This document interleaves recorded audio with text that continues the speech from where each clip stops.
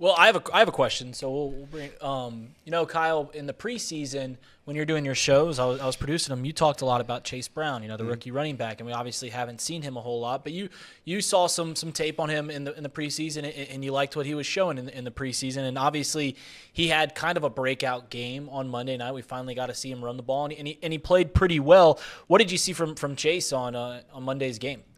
I saw a kid that came in and didn't hesitate, and it was a lot of times if you haven't run the ball that much or you haven't played that much, there's some hesitation where he gets the ball and he wants to kind of think about it too much. He just hit it and then let his athleticism take over. He knew where the play was targeted. He knew where his aiming point was, and I didn't see any hesitation in what he was doing. And I think that's where if Mixon has had if there's a knock on Mixon earlier in the year, I think it was the fact that he knew he wasn't going to be getting the ball very much, so he wanted to make every play a big play, and he was probably thinking about it too much.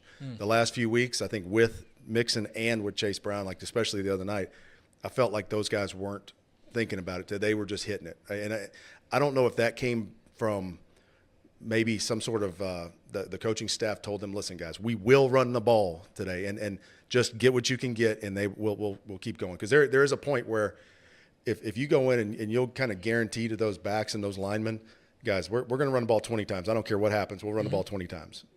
They will come out with a different mindset. No doubt. I mean, you predicted this was going to happen last night, and it's exactly what we saw. Ezekiel Elliott, okay, he's not Ezekiel Elliott of days gone by, but nobody can make me believe, and I think this is what I hear you saying. Correct me if I'm wrong. I mean, New England made the decision that Ezekiel Elliott got 22 carries in the game last night for not even 70 yards, right at 70 yards, 68 yards, something like that. 3 yards, the carry about a cloud of dust stuff. But that had to coincide somewhere along the line of Zappe being able to throw 3 touchdown passes. And it does because, again, it takes Pittsburgh's rush that you saw against the Bengals when they ran it 8 times. Because I promise you this, Bill Belichick and those guys saw Bill O'Brien, they saw the 8 rushes versus those guys, and they said, man, we can't have these guys pinning their ears back and just doing pass rush stunts the entire game and saying, okay, cool, if you get a run here and there because we stun out of our gap like they did against the Bengals. They said, no, we're going to run the ball, and if you guys want to do these pass rush stunts, cool, we'll keep running it. But then it slowed them down, made them bring a guy into the box, and when you take a defensive back I wouldn't say out of coverage, but if you bring them down to the box to help out, it does open up the pass game. I mean, people always say it, and they go, oh, that's just the running back coach wanting to run the ball. No, it really does. It takes people out of the mindset of coverage. They may still be in coverage, but their mind isn't there initially, and then they've got to click into it after a play action happens or something. So, yeah, that's exactly what happens. So, go ahead.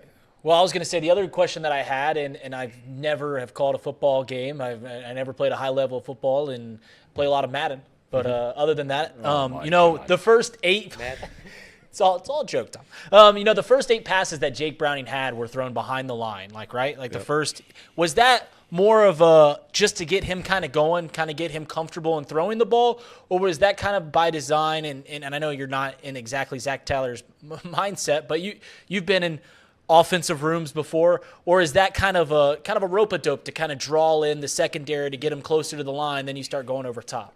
It's a little bit of both, and I think number one is when you've got a new quarterback like he had, you do want him to get into a rhythm, and we did that with Andy and AJ Green and Jermaine Gresham, those guys, because we would come in and we'd say, okay, we're just going to throw a hitch to AJ Green for the first 2 or 3 throws we throw to him just to get him the ball and let him run, as opposed to trying to throw it deep on him at the beginning. And then I'd say those first few plays, I think there were some screens. There were some wide receiver screens. There was a screen to Mixon.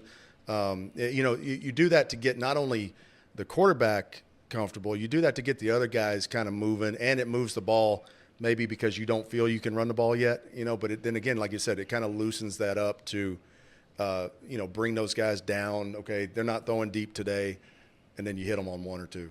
And like the Chase throw, I mean, Chase just ran past him, but they were screwed up though. I mean, they had a major bust over there. They had like their entire team over on the other side, and then that safety tried to run back. So something wasn't right. But they took the good thing, the credit for Browning and those guys, they took advantage of it.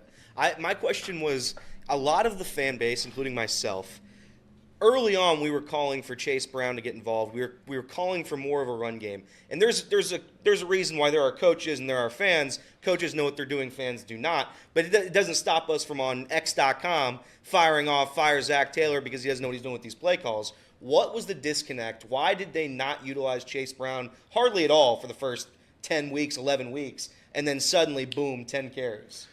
For one, I think what was he? He was out for a couple weeks. He was out for a hurt. couple weeks. Okay, but but the first 6 or 7, 8 weeks of the season, he was healthy. You're talking about having Mixon, Travion Williams, those guys, and I think there's probably one of those deals where it's like, okay, we're going to let Mixon get in his bag for a little bit and see if he can do what Mixon can do. And I think everybody was saw Joe every once in a while shows that spark of what he can be. And I think they were trying to push Joe into being that again. And then, it kind of, they hit a dry spell there for a while. And I think there is a point where I'm not going to say that Zach Taylor's sitting there listening to the fans on X and out there, but I think, though, he sees it and says, come on, okay, let's give this kid a shot. Yeah. Joe, we're going to give him 10 carries. But here's the thing. We're also going to give you 10-plus carries, too, and we're going to throw you some screens. And it keeps – I hate to say you gotta like, love them up to make them want to play. Yeah. But at the same time, these are professional athletes that get paid off of their performances. And Joe Mixon still wants another contract after this at some point. I mean, you know what I'm saying? So he doesn't want to just be, sent to the back of the line and say, oh, we got these new guys. So that I think they saw it. They said, listen, we're going to use this guy in certain situations. And I brought this up before is you don't have to necessarily run every player on the same play. You can say, okay, outside zones are going to Chase Brown, and we'll put 11 personnel 30, 11-30, we'll call it that. And that way we call 11 personnel, but number 30 is in at running back, 11-28. And on that play, the sideline, the running back coach, you hear 11-28, you throw Mixon in. You hear 11-30, you throw Chase Brown in. Yeah. You also said earlier on your expectations have changed after watching Monday night's game. The Bengals right now, and I don't know how many people know this, they would be in the current playoff picture. If they beat the Colts, the Jets beat the Texans, and the Chargers beat the Broncos, they're in the playoff picture this week. They're in the playoff picture on Sunday. Can this Bengals team win a playoff game? I think they can, because here's the thing. They just beat, on the road, a playoff team. Yeah. That's probably going to host a playoff game.